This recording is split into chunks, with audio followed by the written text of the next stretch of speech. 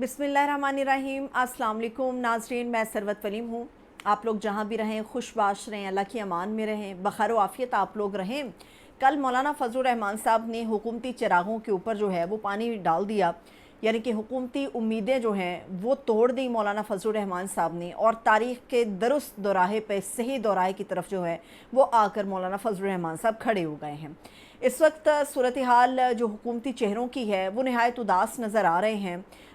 उनके चेहरों से उदासी ख़त्म होने का नाम नहीं ले रही, और इसी उदासी के पेश नज़र पार्लियामेंट के जो दोनों हाउसेज़ हैं, हमारे नेशनल असम्बली हो या सेनेट हो, इन दोनों के जो इजलास हैं बग़ैर मुअय्यना मुद्दत तक के लिए मुलतवी हो गए हैं। इस वक्त वकला बरादरी क्या करने जा रही है, पीटीआई कौन सा बड़ा काम करने जा रही है, और सुप्रीम कोर्ट ऑफ पाकिस्तान के लिए असल में कौन सा गड़ा जो है वो खोदा गया है, और ये गड़ा जो है कहीं और से खोदा गया है, और इसके अंदर जो सहूलतकारी है वो मौजूदा हुकूमत कर रही है। ये बड़ी अहम तफसीलात हैं आज के इस व्लॉग की जो मैं आप लोगों के सामने रखूँगी। मगर इन तमाम तफसीलात से पहले एक और बड़ी अहम ख़बर है, वो इमरान खान साहब के मिलिट्री हिरासत के हवाले से है, जिसके अंदर वाज़े तौर पर जस्टिस मियां गुल हसन औरंगज़ेब साहब ने जो हुकूमत के लोग थे वहाँ पर, या जो कानून के या वजारत दिफा के लोग थे, उनके कान सेक दिए हैं। उनकी बातों से उनके कान जो है वो लाल हो गए हैं, क्योंकि मियां गुल हसन औरंगज़ेब साहब ने जो है आज वाज़े अल्फाज में कहा है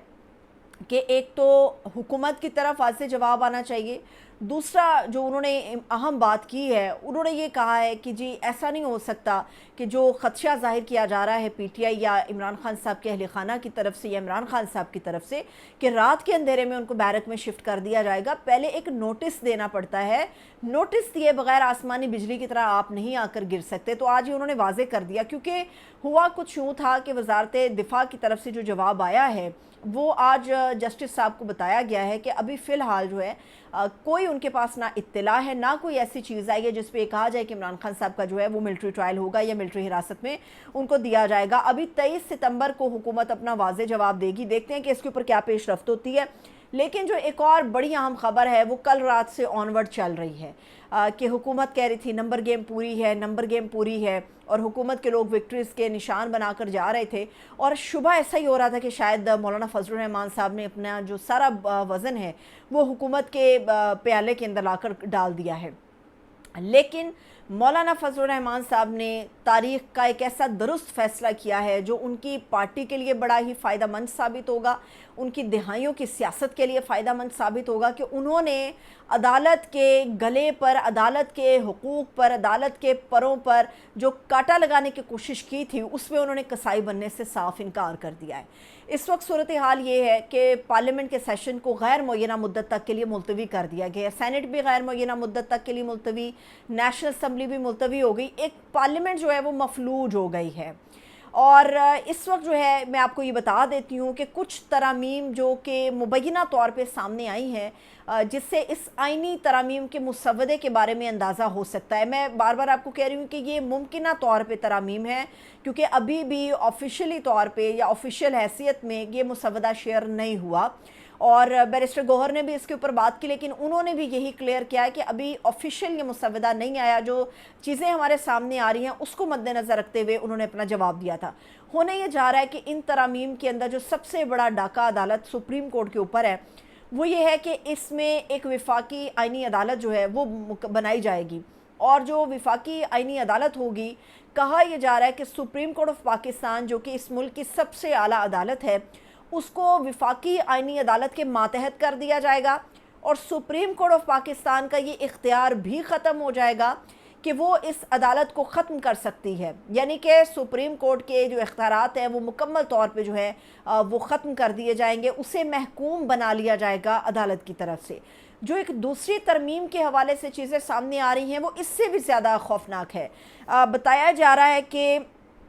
4th शेड्यूल में तरमीम के ज़रिए से जो कैंटोनमेंट एरियाज़ हैं जहाँ पर हमारे फ़ौजी, हमारे पाक अफवाज का जो एक कंट्रोल रहता है कंटोनमेंट बोर्ड में, वो ये कह रहे हैं कि कंटोनमेंट एरियाज़ में आर्म्ड फोर्सेस को टैक्सेस, टोल्स या दीगर सर्विसेज के चार्जेस लगाने के का जो इख्तियार है वो भी तजवीज़ किया गया है। यानी कि आप अगर कैंटोनमेंट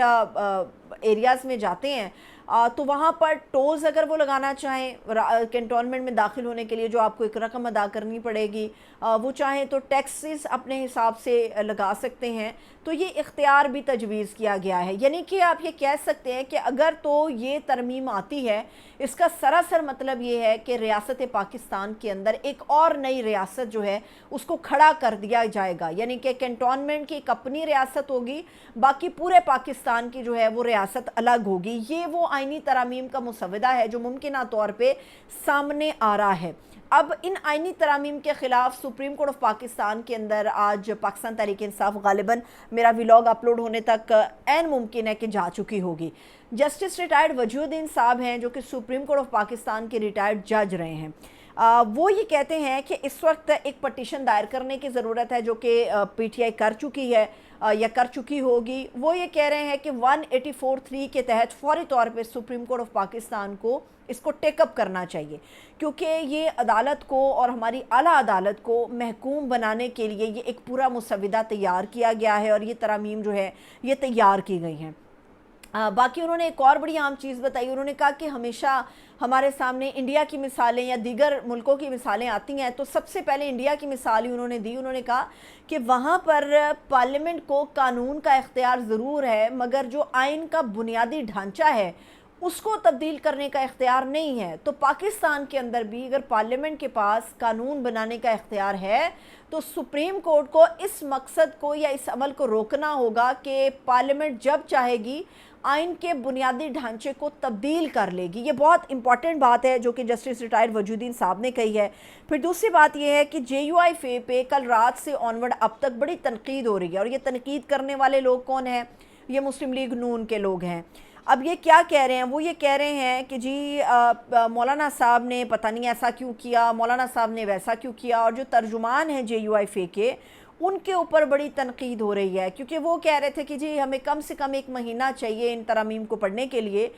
तो मैं उसमें सुन रही थी कि माइज़ा हमीद उन्होंने भी ट्वीट किया हुआ है और कहा हुआ है कि जी इसको हिफ्ज़ नहीं करना, सिर्फ आपने पढ़ना था। तो याद रखें कि नून लीग अभी उनके दर पे खड़ी है, इस तरह की बातें नुकसान पहुंचाएंगी। एनीहो, जो तर्जुमान है JUIFA के, उन्होंने बड़ी अहम बात की। उन्होंने कहा कि जी ठीक है, हम हुकूमत का साथ दे देंगे, लेकिन ये भी तो बताए ना कि तरामीम है क्या। ना तो इत्तेहादी जमातों को पता है, ना काबीना के लोगों को पता है, ना अपोजिशन जमातों को पता है, और ना खुद इस मौजूदा हुकूमत को पता है। PMLN को भी नहीं पता कि ये कौन सी तरामीम है, एक अनदेखी तरामीम, उसके ऊपर हम कैसे अपने सारे वोट दे सकते हैं जिनके बारे में हमें पता ही नहीं कि वो किसके फ़ायदे में किसके नुकसान में जाएंगी। फिर वो ये भी कह रहे हैं कि अभी हमने देखा कि वज़ीर क़ानून जो है आज़म नज़ीर तारड़, जिन्होंने ये सारी बुनियाद रखनी है तरामीम की, जिन्होंने बैठ के इसके ऊपर काम करना है, उन्होंने भी कह दिया या गलती से उनके मुंह से निकल गया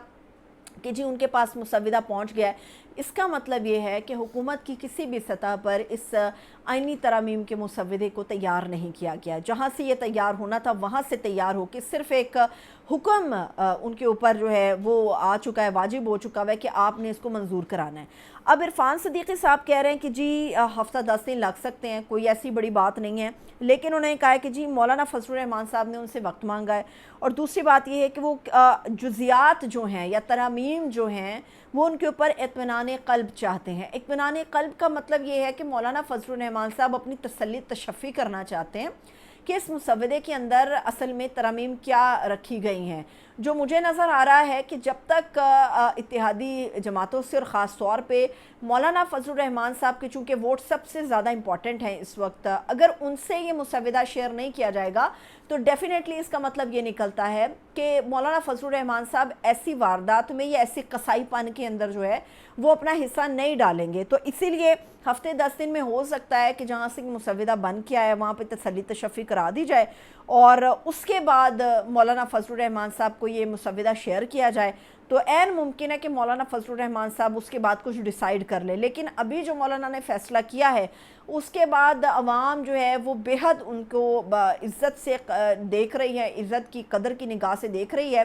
اور سمجھ رہی ہے کہ عدالت کے اوپر جو جمہوریت کے دن کے اوپر شب خون مارنے کی کوشش مولانا نے ناکام بنائی ہے، وہ انہوں نے بڑا زبردست کام کیا۔ اب دیکھتے ہی ہیں کہ مسودہ اگر شیئر ہوتا ہے تو اس میں مولانا فضل الرحمان صاحب کیا کلٹی کھائیں گے یا پھر اپنی اس رائے کے اوپر قائم رہیں گے۔ تب تک کے لیے مجھے اجازت دیجیے، اپنا خیال رکھیے، خدا حافظ۔